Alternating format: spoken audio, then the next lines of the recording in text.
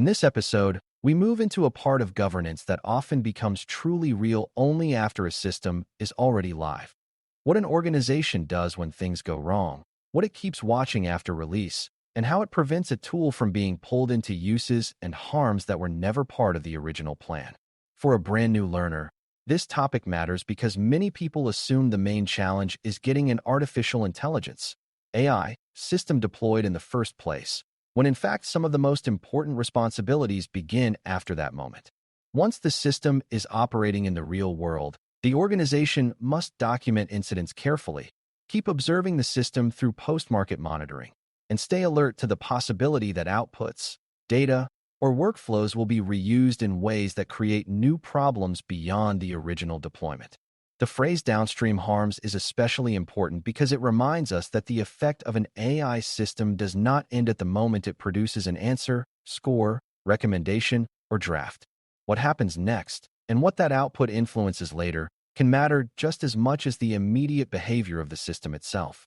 Before we continue, a quick note. This audio course is a companion to our course companion books. The first book is about the exam and provides detailed information on how to pass it best. The second book is a Kindle-only ebook that contains 1,000 flashcards that can be used on your mobile device or Kindle. Check them both out at cyber.author.me in the Bare Metal Study Guide series. A good starting point is the idea of documentation, because governance becomes much weaker when events are remembered only through vague conversation or personal memory. If an AI system produces a harmful result, behaves unpredictably, exposes a weakness, or contributes to a troubling pattern in operations, the organization needs a reliable record of what happened, when it happened, who noticed it, what the system was doing at the time, and what action followed. That record is not only for legal protection or later review, although those uses matter. It is also for learning, accountability, and pattern recognition, because one isolated event can look minor until the organization sees that similar events have happened several times under related conditions. For a beginner, the key lesson is that incident documentation is one of the main ways a live deployment becomes governable over time. Without documentation, concerns remain scattered, lessons fade, and leadership may continue trusting a system without seeing the full history of weaknesses that should shape future decisions. An incident in this context does not always mean a dramatic breach or a public scandal. Many beginners imagine incidents only as severe events that cause immediate panic, but in AI operations, an incident can be any event where the system behaves in a harmful, unsafe, unreliable, misleading, or non-compliant way that deserves formal attention. That may include a harmful output sent to a customer, a repeated failure in a sensitive workflow, a misleading recommendation that affects a human decision, unexpected disclosure of information, or a pattern of brittleness that becomes visible through complaints and review. Some incidents are technical, some are operational, and some emerge from the interaction between people and the tool. For a beginner, this broader definition matters because it helps prevent organizations from documenting only the biggest disasters while ignoring the smaller signals that often warn of deeper trouble. A mature governance program treats incident documentation as a tool for seeing reality early, not merely as a way to describe events that are already too large to ignore. Good incident documentation should do more than capture the final outcome. It should preserve the surrounding context, because AI failures often make sense only when the environment around the event is visible. The record may need to include the input conditions, the relevant data source, the model version, the workflow stage, the type of user involved, any recent updates, the review path, and the business or human consequence that followed. It may also need to capture whether human oversight was present, whether the oversight was meaningful, and whether the output was accepted, challenged, or acted on automatically or semi-automatically. For a beginner, this level of detail matters because many AI incidents are not simple one-step failures. They are chains of small weaknesses that line up in an unfortunate way. Strong documentation helps the organization reconstruct those chains clearly enough to see whether the problem was caused by drift, data weakness, training gaps, poor process design, over-reliance, or something else that must be addressed before confidence in the deployment remains justified. That leads naturally to the idea of post-market monitoring, which sounds formal but rests on a basic principle. Once an AI system has entered real use, the organization should continue watching its behavior, effects, and operating environment rather than treating approval as permanent proof of safety and suitability. Post-market monitoring means looking beyond launch and asking whether the system is still functioning within acceptable bounds, still being used in the approved way, and still producing outcomes that fit the expectations and conditions under which it was allowed to go live. This matters because live environments change. Data changes, users change, business pressure changes, and people begin relying on systems in ways that no development team can fully predict in advance. For a beginner, the simplest way to understand post-market monitoring is that it is the organization's promise not to look away once the system enters the world. It is the ongoing practice of checking whether reality still matches the story that originally justified deployment. Post-market monitoring is broader than simple technical monitoring. A system may remain available, fast, and widely used while still causing subtle harms or gradually drifting away from its approved purpose. That is why monitoring after release should include operational signals, user complaints, quality patterns, fairness concerns, security issues, workflow effects, and evidence of how the system is actually shaping decisions downstream. An organization may need to review logs, sample outputs, examine escalations, study complaint trends, and observe whether the deployment is expanding into new tasks that were never part of the original approval. For a beginner, this broader view is essential because it shows that post-market monitoring is not just about whether the software is still running. It is about whether the live use of the system remains proportionate, understandable, and defensible. A deployment can look healthy on a dashboard and still be producing quiet harm in the places where people rely on it most heavily. Strong post-market monitoring also depends on thresholds and response paths. It is not enough to gather data passively if no one knows what signals matter or who is expected to act when concerning patterns appear. The organization should know what kinds of issues require closer review, what trends trigger escalation, and who has authority to narrow, pause, correct, or reassess the deployment if post-market evidence starts pointing in the wrong direction. For a beginner, this is an important governance lesson because monitoring without decision rights often becomes little more than observation without accountability.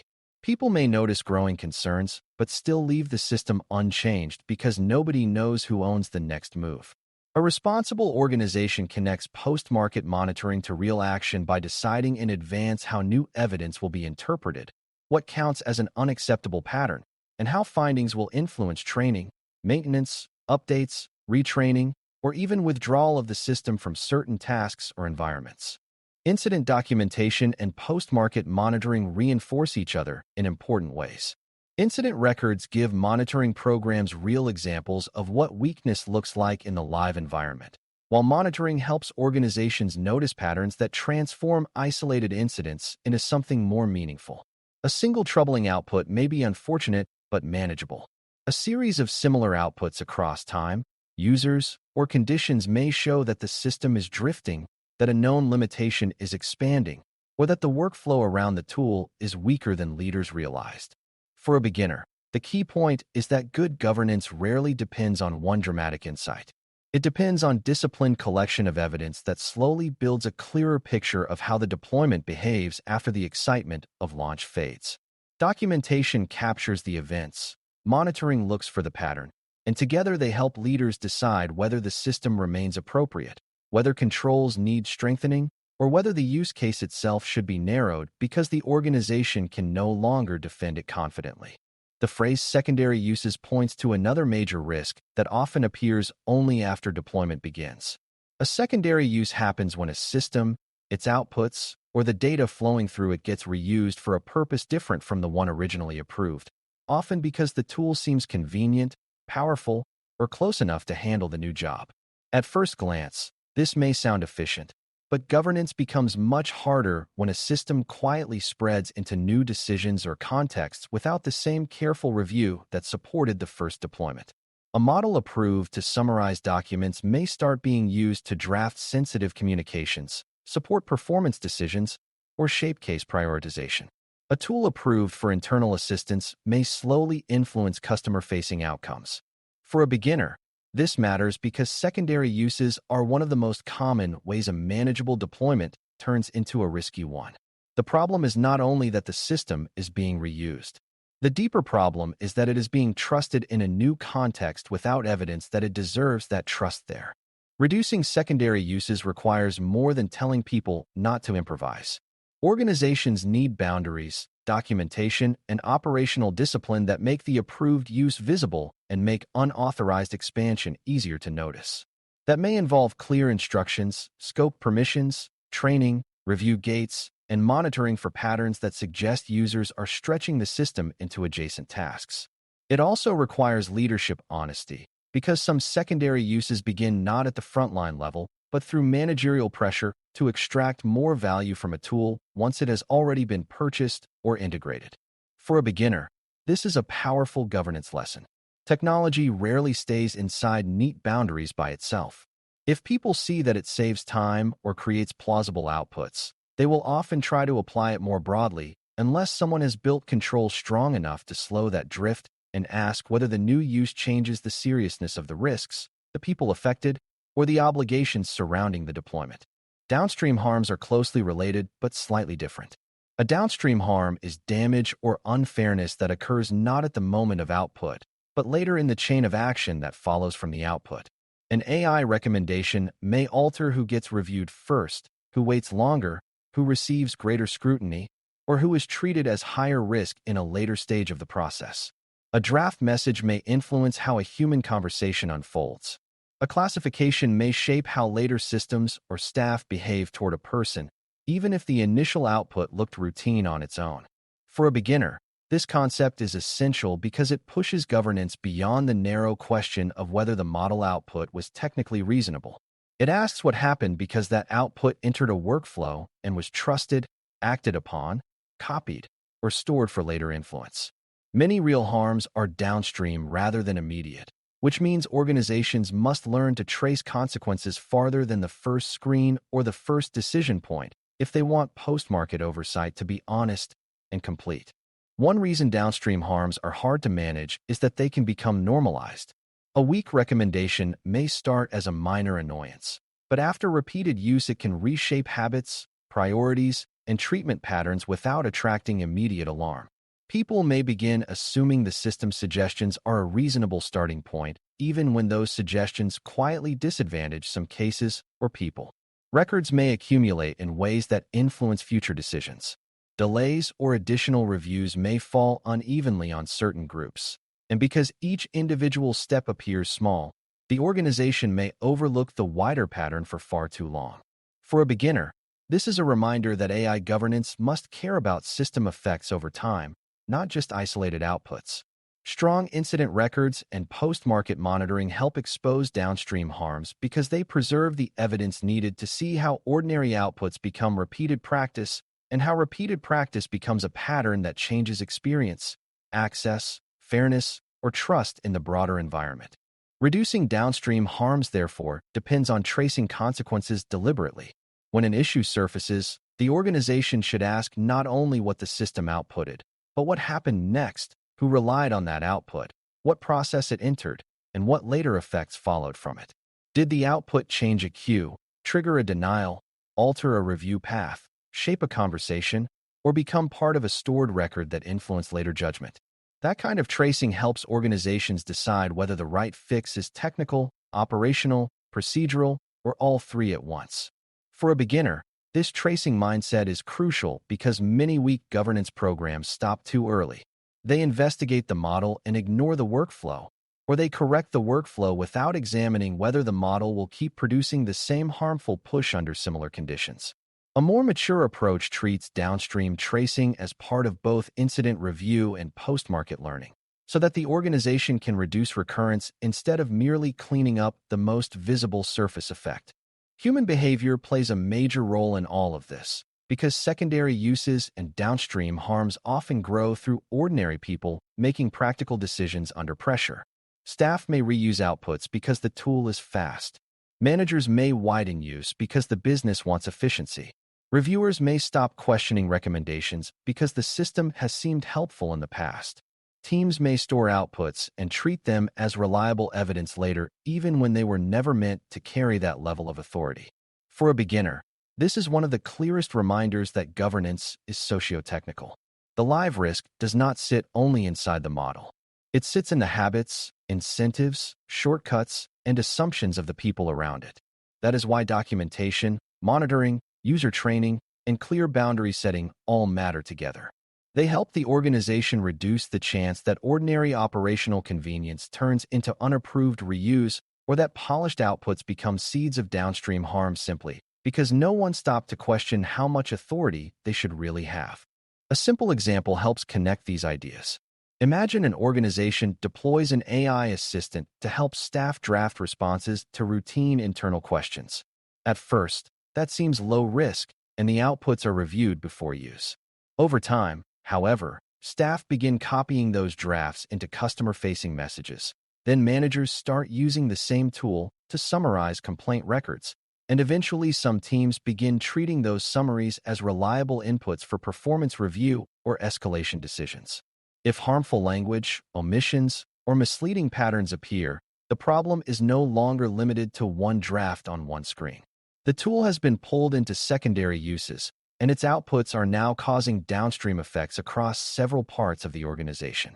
For a beginner, the lesson is that good governance would document incidents when they first appear, use post-market monitoring to spot the expanding pattern, and step in early to narrow use, revise training, improve controls, and prevent the system from silently acquiring more influence than it was ever approved to hold. As we close, the central lesson is that responsible governance after deployment means more than waiting for obvious failure. Organizations need incident documentation that preserves what happened and why it mattered, post-market monitoring that keeps watch over live behavior and live consequences, and controls that reduce secondary uses and downstream harms before they grow into normalized patterns of weak practice. Documentation supports learning and accountability. Post-market monitoring keeps the organization honest about what the system is actually doing in the world after release. Guardrails against secondary uses prevent quiet expansion into unreviewed contexts, while attention to downstream harms ensures leaders follow the effective outputs beyond the first step of the workflow. For a new learner, these ideas belong together because they all answer one governance question. After the system is live, how will the organization keep seeing clearly enough to know whether the deployment is still acceptable? A mature organization does not assume the answer will remain yes forever. It keeps documenting, watching, tracing, and adjusting so that the system's real-world influence stays bounded, visible, and defensible over time. Thanks for listening. For more audio courses, daily newsletters, and more, please visit baremetalcyber.com.